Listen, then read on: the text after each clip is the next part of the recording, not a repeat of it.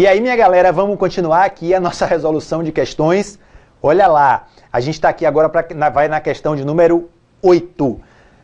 Bom, questão aí do concurso de juiz federal do ano de 2013. Por que eu estou fazendo essa observação? Porque logo na letra A, olha só o que é que está dito. O salário família é devido apenas aos dependentes do segurado de baixa renda, inclusive do segurado doméstico, na proporção do número de filhos de até 14 anos de idade ou de filhos inválidos de qualquer idade. Bom, olha só, na época, essa questão, essa letra A, ela estava claramente incorreta, porque em 2013 não havia aí o empregado doméstico, não fazia jus ao salário família. Entretanto, olha só, a partir da Lei Complementar 150, o que é que acontece? O doméstico passou a fazer jus ao salário família, tá certo? Então, a partir dessa Lei Complementar 150, os direitos previdenciários do empregado doméstico passaram a ficar praticamente iguais aos do segurado empregado. Então, hoje, quem é que tem direito a receber salário família? É o empregado, olha só, o empregado, o trabalhador avulso e também o doméstico, tá certo? Então, essa questão hoje, ela não estaria. Em 2013, ela estava claramente errada porque incluía o doméstico, tá certo? O que na época não existia.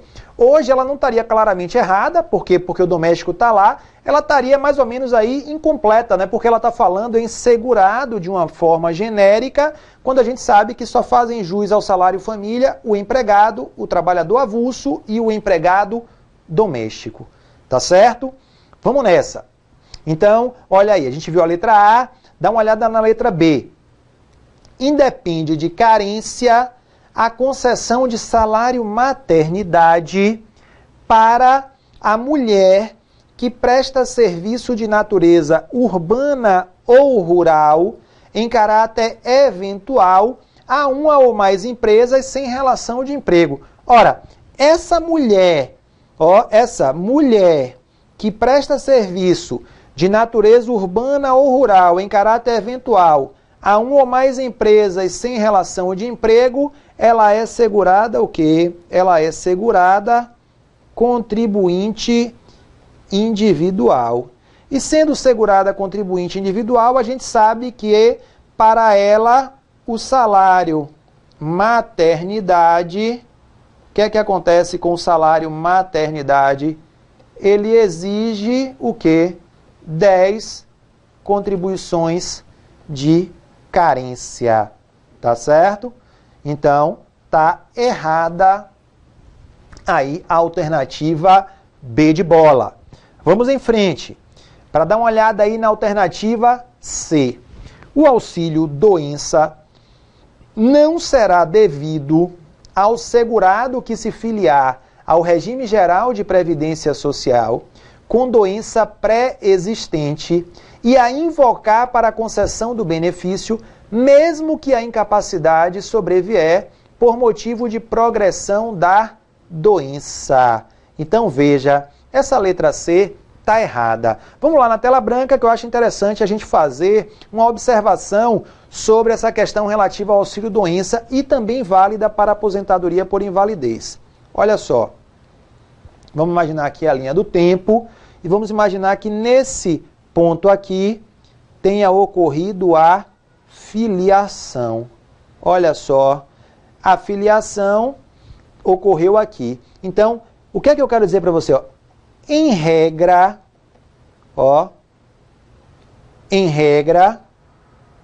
o segurado, ele não pode invocar, o segurado, ele não pode invocar uma doença ou lesão da qual já era portador na data da filiação, ó, na data da filiação, como causa, ó, ele não pode invocar essa doença ou lesão da qual já era portador na data da filiação como causa para a concessão de auxílio doença ou aposentadoria por invalidez. Essa é a regra. Se no momento da filiação o segurado já era portador da doença ou da lesão, ele não pode invocá-la como causa, a não ser, e aí eu vou colocar aqui, ó, a exceção. Qual é a exceção? Ó, salvo se a incapacidade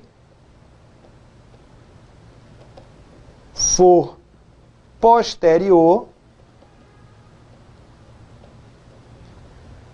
decorrente, ó, salvo se a incapacidade for posterior, decorrente de agravamento, ó, agravamento da doença ou da lesão. Então, a doença da qual o segurado já era portador quando se filiou à Previdência Social, ela somente será motivo para a concessão de um auxílio-doença ou de uma aposentadoria por invalidez se a incapacidade for posterior decorrente de agravamento dessa doença ou dessa lesão. Um exemplo, suponha que um segurado ele já se filiou ao RGPS portador de um tumor maligno. Então ele já tinha a doença, ele já tinha a lesão na data em que se filiou à Previdência Social. Entretanto, aquela lesão não retirava dele a capacidade de trabalho. Ele podia trabalhar normalmente, tanto assim que começou a trabalhar e se filiou à Previdência Social a partir desse momento que deu início ao exercício das suas atividades. Ok. Lá na frente, por conta de um agravamento dessa doença, ele aí sim vem a perder a capacidade de trabalho. Nessa hipótese, claro, ele vai ter direito ao auxílio-doença ou aposentadoria por invalidez, a depender de qual seja a hipótese. Por quê? Porque mesmo já sendo portador da doença na data em que se filiou, a incapacidade só veio depois por conta de um agravamento daquela doença ou daquela lesão. Tranquilo? É assim que funciona a legislação. Então, voltando lá para a assertiva, a gente percebe que está errado. Por quê? Porque aqui está dizendo que não será devido, mesmo que a incapacidade sobrevier por motivo de progressão. Errado. Olha só, olha a letra D. O salário maternidade não pode ser acumulado com benefício por incapacidade, de forma que, havendo incapacidade concomitante, o benefício pago em razão da incapacidade será suspenso enquanto durar o pagamento do salário maternidade, ou a data de seu início será adiada para o primeiro dia seguinte ao término do período de 120 dias. Ora, rigorosamente correta essa assertiva. Gente, observe, ó. Auxílio, salário maternidade, olha só, salário maternidade, ó, não pode ser acumulado com aposentadoria por invalidez, não pode ser acumulado com auxílio doença. Então, suponha que uma segurada da Previdência Social, ela está em gozo do seu salário maternidade, mas aí ela sofre um acidente gravíssimo e fica inválida. O que é que acontece? A aposentadoria, ela vai continuar gozando o seu salário maternidade e o início da aposentadoria vai ser no dia seguinte ao término do salário maternidade. Outro exemplo, suponha uma segurada que está afastada em gozo de auxílio doença. Mas, enquanto está afastada, ela engravidou.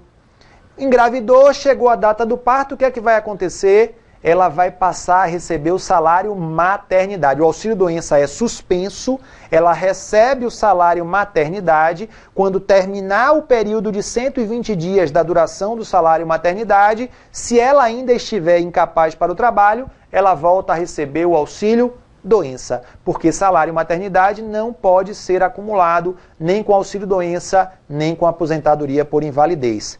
Tranquilo? Letra D, portanto, ela está correta. Olha aí a letra E. O auxílio acidente, ele é devido quando há redução da capacidade para o trabalho habitualmente exercido e equivale a 50% do salário de contribuição, desde que não inferior ao salário mínimo. Ora, essa questão, ela tem uma pegadinha que se você não estiver atento, você pode vacilar. Observe, primeiro, qual é a renda mensal inicial do auxílio acidente? Vamos nos lembrar? Eu já falei sobre isso. É 50%, do salário de benefício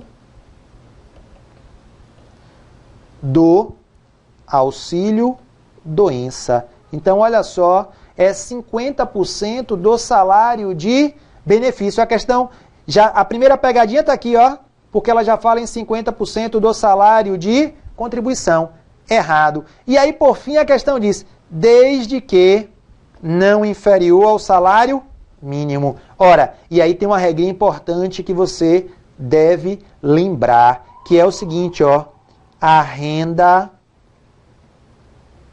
do auxílio acidente pode, olha o que eu estou dizendo, pode ser inferior ao salário mínimo. A renda do auxílio acidente pode ser inferior ao salário mínimo. Por quê? Pois, olha só, trata-se de um benefício. Trata-se de um benefício que não substitui o rendimento do trabalho. Então, isso aí a gente já demonstrou para você, tá certo? Tranquilamente dá para perceber que o auxílio acidente não substitui o rendimento do trabalho. Qual é o benefício que vai substituir o rendimento do trabalho? Ora, é o auxílio doença. Quando a gente está falando aqui do segurado que estava trabalhando, sofreu um acidente. Enquanto estiver impossibilitado de trabalhar, ele vai receber o que? Auxílio doença. Ora, quando ele começa a receber o auxílio acidente, é porque o auxílio doença teve fim. Isso significa o quê? Que ele já pode voltar ao trabalho, mas ele ficou, em virtude de uma sequela deixada pelo acidente, ele teve uma redução da sua capacidade laboral e por isso ele vai receber o auxílio acidente. Tá certo? Então, vamos nessa. Vamos lá para a questão de número 9. Olha só. O auxílio-doença será devido ao segurado que, cumprido, quando for o caso, o período de carência exigido por lei, ficar incapacitado para o seu trabalho ou para a sua atividade habitual por mais de 10 dias consecutivos. Ora, errado, né, gente? Claramente errado, porque esse prazo é de 15 dias. O auxílio-doença é devido ao segurado que ficar totalmente incapacitado para o exercício da sua atividade habitual por mais de 15 dias consecutivos, ok? Esse é o fato gerador do auxílio doença, mais de 15 dias consecutivos. Fique ligado, no começo do ano a gente teve aí a medida provisória 664, que tinha elevado esse prazo para 30 dias, somente que nessa parte a medida provisória ela não foi convertida em lei. Então, voltou à regra anterior, a gente tem aqui o auxílio doença sendo devido quando houver o quê? Um afastamento do segurado por motivo de doença ou de acidente por um período superior a 15 dias consecutivos. Tranquilo? E aí a questão fala sobre carência do auxílio doença. Vamos lembrar? Olha só, auxílio doença. Bom, auxílio doença, qual é a carência desse benefício? Bom, a carência, via de regra, a carência do auxílio doença é o quê? 12 contribuições. Mas ele pode ser concedido sem carência, ele será concedido sem a exigência de carência, em que hipóteses? Na hipótese de a incapacidade ser decorrente de uma doença grave que esteja relacionada ali na lista, que está no artigo 151 da Lei 8.213. Vale a pena você dar uma olhada, né, e conhecer as doenças, embora eu não acho que seja necessário você decorar as doenças ali do 151, mas sempre é interessante você saber algumas. As mais graves estão todas lá. Então, está lá câncer, AIDS, cardiopatia grave, hepatopatia, hanseníase, a síndrome de Paget, enfim, vale a pena você dar uma olhada, não para decorar, mas para ter uma noção daquelas doenças que estão lá previstas no artigo 151 da Lei 8.213, por quê? Porque, em virtude delas, o segurado pode fazer jus ao auxílio doença e também à aposentadoria por invalidez, independentemente de carência. Isso vai ocorrer além dos casos de doença grave, também nos casos, olha só, de acidente de qualquer natureza, acidente de qualquer natureza, ou então também nos casos de quê? De doença profissional ou doença do trabalho. Nessas hipóteses também o auxílio doença e a aposentadoria. Eu vou botar aqui também a aposentadoria por invalidez, porque a regra é rigorosamente a mesma, tá certo? Então, vamos lá. Auxílio doença ou aposentadoria por invalidez, a regra é a mesma. Tranquilo? Pode ter, a regra é que tenha carência de 12 contribuições, mas pode ser concedido sem carência nas hipóteses de doença grave, de acidente de qualquer natureza, ou então de doença profissional ou do trabalho. Bom, olha aí a letra B, é vedada a acumulação do auxílio acidente com qualquer aposentadoria. A gente já está assim, careca de ver isso aqui. Isso é interessante porque mostra para vocês o quanto esse é um tema explorado pelo CESP, questões diferentes, de concursos diferentes, em anos diferentes, mas esse ponto sempre está voltando. Então, não tenha dúvida, isso está lá no artigo 86 da Lei 8.213, lá no parágrafo 2º desse artigo 86. Beleza? Letra B é a correta. Vamos ver a letra C. A concessão de aposentadoria por invalidez depende da verificação da condição de incapacidade do segurado mediante exame médico pericial a cargo da assistência social, podendo o segurado, às suas expensas, fazer-se acompanhar durante a avaliação de médico de sua confiança.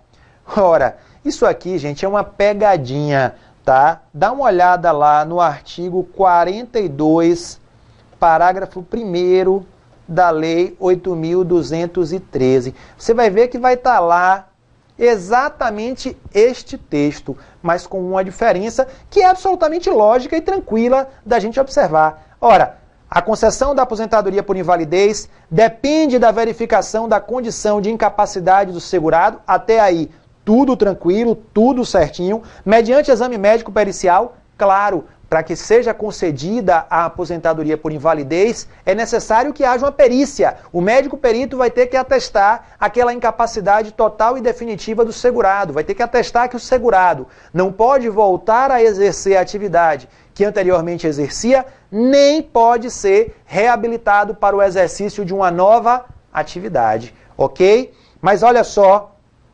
essa perícia médica, ela não está a cargo da assistência social, claro que não, tá? Ela está a cargo da previdência social. Afinal de contas, a aposentadoria por invalidez é um benefício previdenciário. Pegadinha, tá? Que o CESP colocou aí para, digamos assim, que aqueles mais desatentos ou desavisados escorregassem. Mas vamos nessa. A aposentadoria por idade será devida ao segurado que, cumprida a carência exigida por lei, completar 60 anos de idade se homem e 55 anos de idade se mulher. Ora, fácil demais, né? Fácil é aquela questão que o professor Ítalo chama de questão sopinha no mel. Porque, pelo amor de Deus, tá fácil demais. Você sabe, tá? Que no caso do homem, a regra é o quê?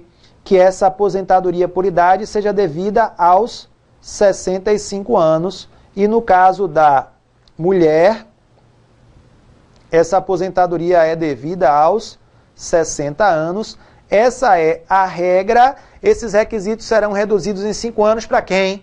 Para o trabalhador rural, para o segurado especial e para a pessoa que exerça a atividade de garimpo em regime de economia familiar. Então, fácil demais essa aqui. A aposentadoria especial será devida aos segurados que trabalhem há 10, 15 ou 20 anos, conforme a atividade realizada, em condições especiais que prejudiquem a sua saúde ou a sua integridade física. Facílimo também, gente, não são 10, 15 ou 20 anos. A aposentadoria especial é devido para aquele segurado que comprovar o quê? O trabalho com efetiva exposição a agente nocivo durante 15, 20 ou 25 anos. Então, 15 anos, 25 anos ou 20 anos ou 25 anos de trabalho com efetiva exposição aos agentes nocivos. Onde é que está isso, Flaviano? Está lá no artigo 57 da Lei 8.213. Essas questões, gente, elas são interessantes porque mostram para você que há um certo mito em torno da banca CESP, mas que a gente está vendo aqui que não corresponde à realidade. A maioria das questões feitas pelo CESP, a maioria dessas questões é bem tranquila, não oferece um grau de dificuldade assim tão elevado. Claro, há questões que são mais difíceis? Sim. Há algumas pegadinhas? Sim. Mas isso haverá sempre em todas as bancas. Então, não precisa a gente criar um mito ou achar que a banca CESP é mais difícil. Não. Tá? A maior parte das questões é bem tranquila, por isso a gente vai chegar na prova confiante, a gente vai fazer uma preparação legal para chegar na prova confiante, resolvendo ali as questões, sabendo onde é que estão as pegadinhas. Quando a gente começa a prova, quando a gente dá aquela primeira passeada na prova e percebe que está dentro do assunto que a gente estudou, que a gente está entendendo, isso nos dá muita confiança para seguir em frente e fazer uma boa prova. Tá certo? Eu quero que seja exatamente isso que aconteça com você quando você estiver lá sentado. Mentalize aí esse momento, você sentado lá no dia de domingo, pela manhã ou à tarde, você sentadinho lá resolvendo a sua prova, colocando ali meses ou anos de preparação à prova, tá? Então você vai estar tranquilo, lembrando aqui das questões que a gente está resolvendo, sabendo que o CESP não é nenhum bicho-papão, que você tem plenas condições de fazer uma excelente prova. Tá certo? Vamos nessa. Olha aí, questão de número 10. Com base nas normas que regulam os benefícios do RGPS, assinale a opção correta. O segurado em gozo de auxílio doença e insuscetível de recuperação para sua atividade habitual, deverá submeter-se a processo de reabilitação profissional para o exercício de outra atividade. e o auxílio-doença não cessará até que o segurado seja considerado habilitado para o desempenho de nova atividade que lhe garanta a subsistência ou, quando considerado não recuperável, for aposentado por invalidez. Rigorosamente correta. A questão, basicamente, ela repete o artigo 62 da Lei 8.213. Veja, se o segurado está lá em auxílio-doença, o que é que acontece? Ele está lá em auxílio-doença e a perícia médica entendeu que ele pode passar por um processo de reabilitação profissional. Então, encaminha ele lá para a reabilitação profissional. Ok? Está lá na reabilitação profissional. Enquanto ele estiver na reabilitação profissional, o que é que acontece? Ó, continua recebendo o auxílio doença. Então, ele continua recebendo o auxílio doença. Agora, quais podem ser os resultados aí dessa reabilitação profissional? Ele foi, digamos que ele tenha sido considerado apto para nova atividade. O que é que vai acontecer aqui? Fim do auxílio doença. Ok, teve fim o auxílio doença. Outra hipótese, ora, ele vamos botar aqui, ó, não foi possível a reabilitação. Ora, se ele não pode voltar a exercer a atividade anterior, se ele não pôde ser reabilitado, então vai ser o quê? Vai ter início, ó, vamos botar aqui, início da aposentadoria especial. Claro, ele vai deixar de receber da aposentadoria especial? Não, que é isso? Vamos lá. Ele vai passar a receber o quê? Aposentadoria por invalidez. Tá certo? Aposentadoria por invalidez. Tranquilo? Vamos nessa. Olha aí a letra B. Uma vez cumprida a carência exigida, a aposentadoria especial será devida ao empregado que tiver trabalhado sujeito a condições especiais que prejudiquem a saúde ou a sua integridade física durante 15, 20 ou 25 anos. Até aqui está tudo correto e aí começa a parte errada. E que na data do requerimento do benefício conte no mínimo com 55 anos de idade se homem e 50 anos de idade se mulher. Não há limite mínimo de idade para a obtenção da aposentadoria especial. Essa parte final aí da alternativa está errada. Vamos lá na letra C.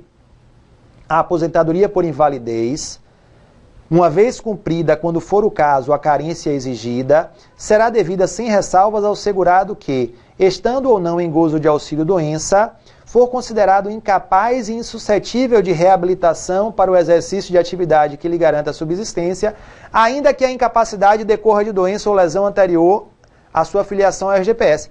Errado, porque, olha só, nesse caso aqui, ó, a gente vai dizer, essa possibilidade existe. Ele pode receber aposentadoria por invalidez por conta de uma doença anterior à sua filiação ao RGPS? Sim. Mas o que?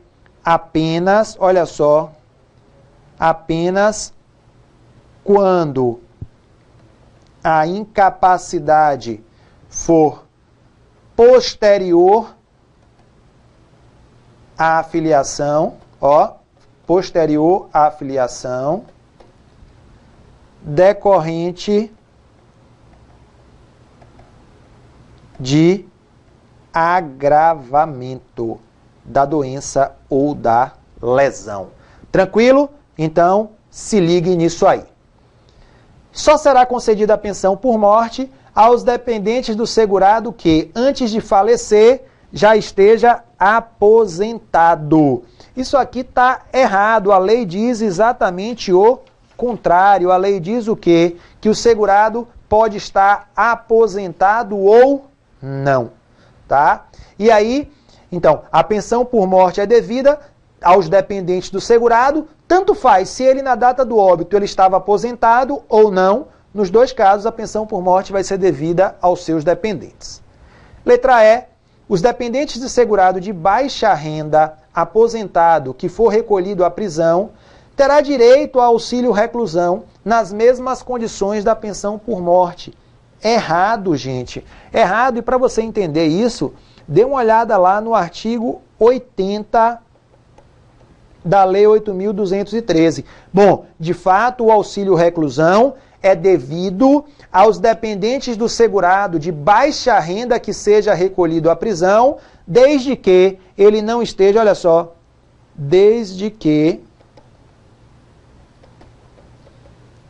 ele não esteja, olha só, ele não esteja aposentado,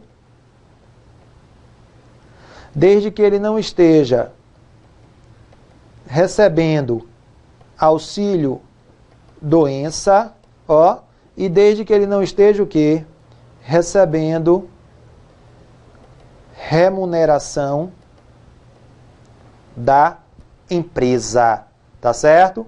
Então, esses são aí os pressupostos para que haja a concessão do auxílio reclusão para os dependentes do segurado de baixa renda que seja recolhido à prisão. Lembrando a você que nessa hipótese será considerado de baixa renda tanto para fins de recebimento do auxílio doença, do auxílio reclusão pelos dependentes, quanto para fins de recebimento do salário família pelo segurado, será considerado de baixa renda aquele segurado cujo salário de contribuição mensal for de até R$ 1.089,72. Esse é o limite atual para que o segurado seja considerado de baixa renda para fins de recebimento de auxílio reclusão pelos dependentes e de salário família pelo próprio segurado.